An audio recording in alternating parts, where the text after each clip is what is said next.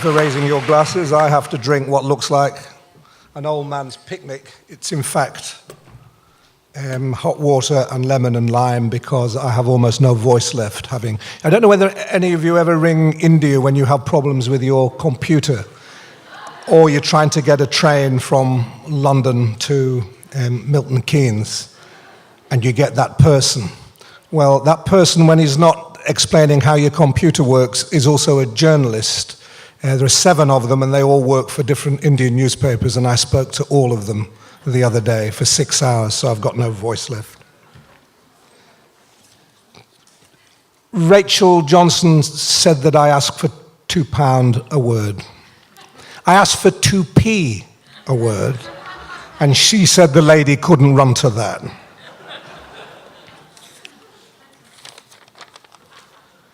When my mother heard that I rang my mother the night I won the Booker Prize. You've heard that I've won the Booker Prize. And that night, no, not again, no.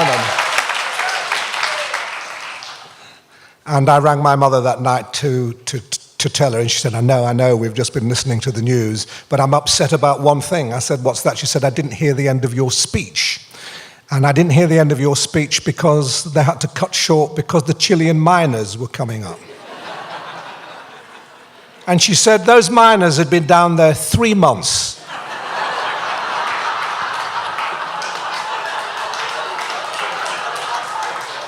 Would 10 more minutes have hurt any of them?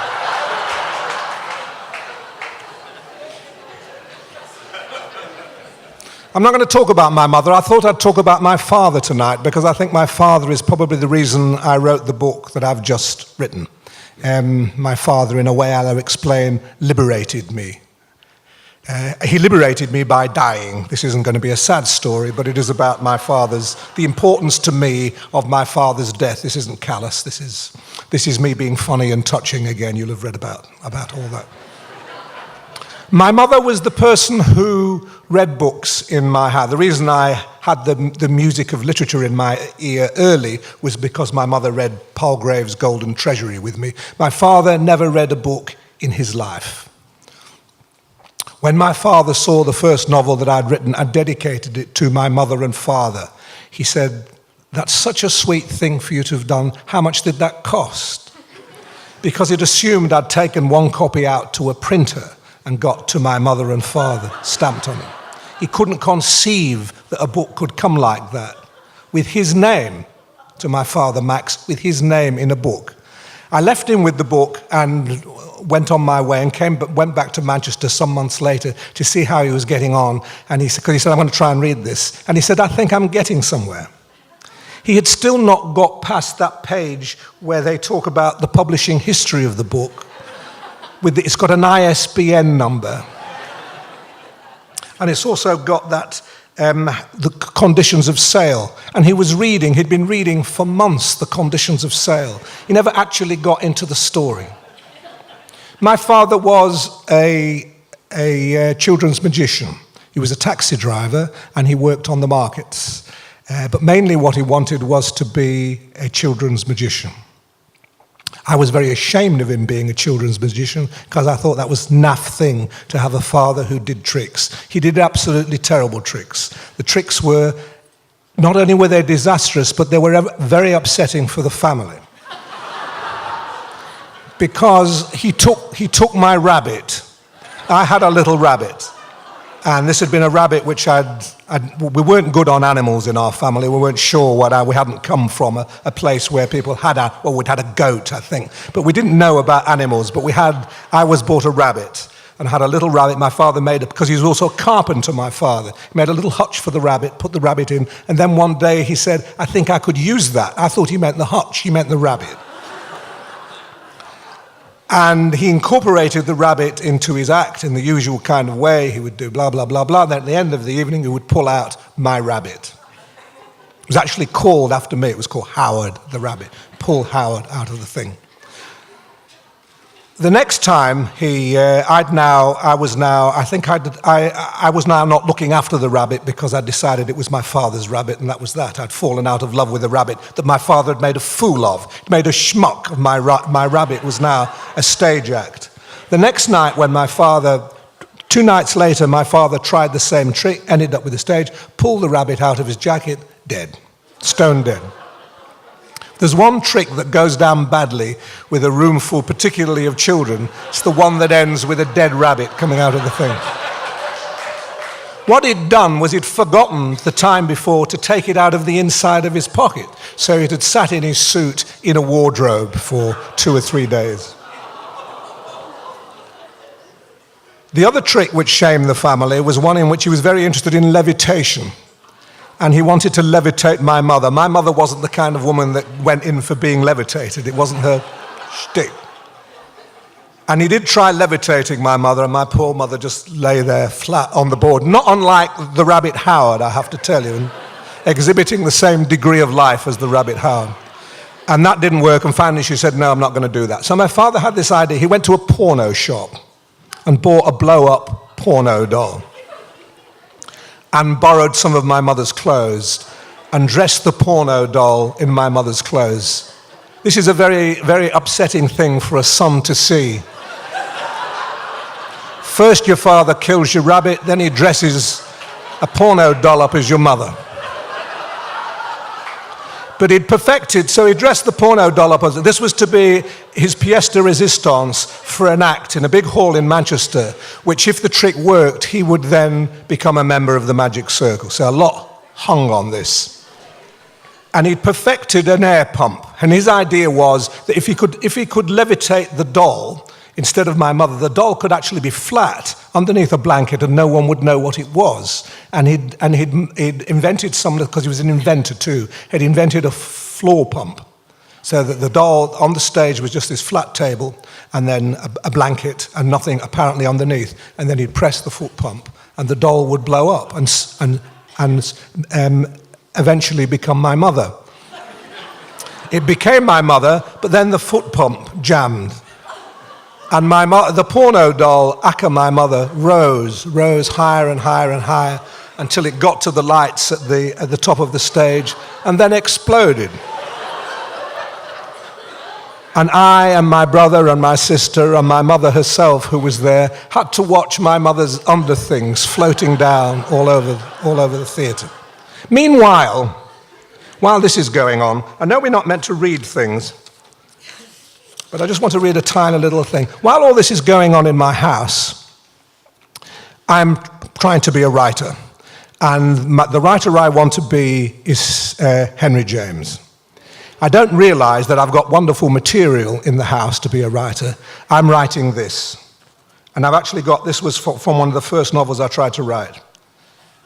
For Hugh St. John Vereker, the day had gone, all things considered, swimmingly.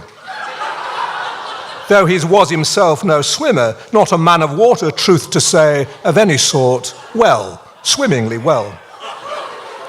He contemplated in their all too subtle efflorescence the gardens which the night before, was it only one night, had borne mute witness to the first and so far only indiscretion of his young and still all too beautifully untouched life. I didn't proceed very far as a novelist in this mode. Now, it does occur to me that when I first thought I would read this to you, it would be to prove, how far I've come. But I now have a suspicion that had I gone on in that vein, I might have won the Booker Prize much earlier, actually. I don't know how my voice is. Excuse me for a sec. I've also covered the watch with my paper. How long have I had? 9 minutes already. Right. What saved my life was that my father, I said to you that my father died.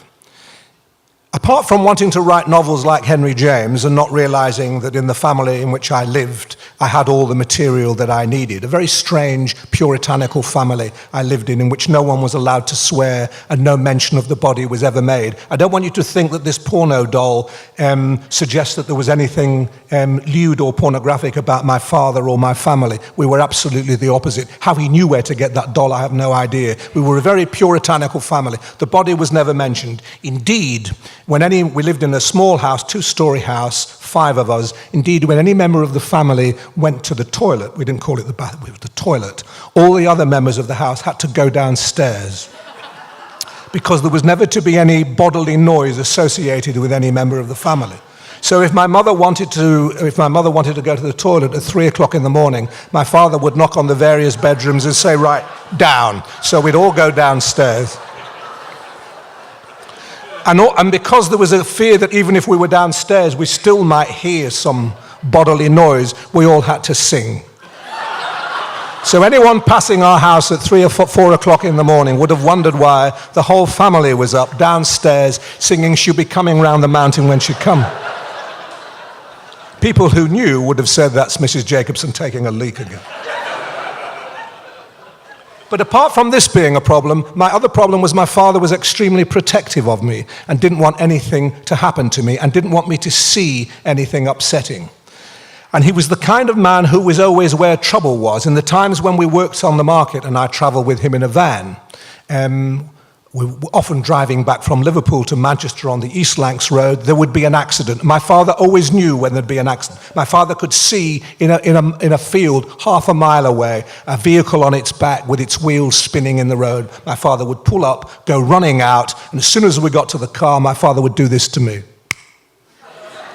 And then I knew that there was some terrible, terrible sight in the car. He did this for years. We'd be out walking, just strolling, and we'd suddenly find ourselves walking past a burning house.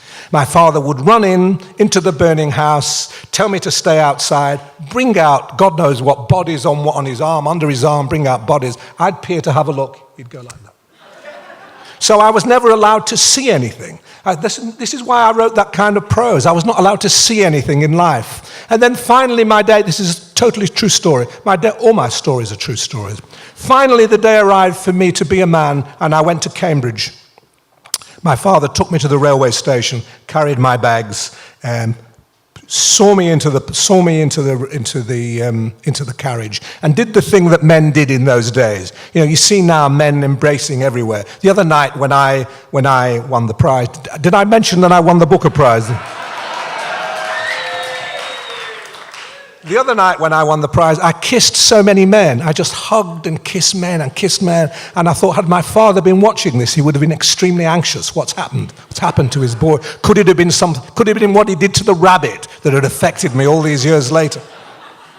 But when my father took me to the train to Cambridge, men did not embrace. You did not embrace your father. You punched them. You punched one another on the shoulder. There was a lot of that. It was all so he punched me on the shoulder and said, you know, you're going to be a man. This is terrific. And I was thinking, you bet it's terrific. I'm going to get away from you. I can see things. The whole of my life is starting.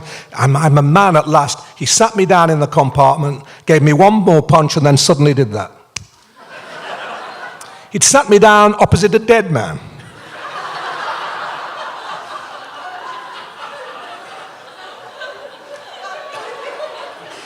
And this was a guard or something who turned a very strange green or yellow, and he was dead. I feel extremely sorry now over those years for anyone who my father happened to walk past, because it meant their chance of survival was extremely low.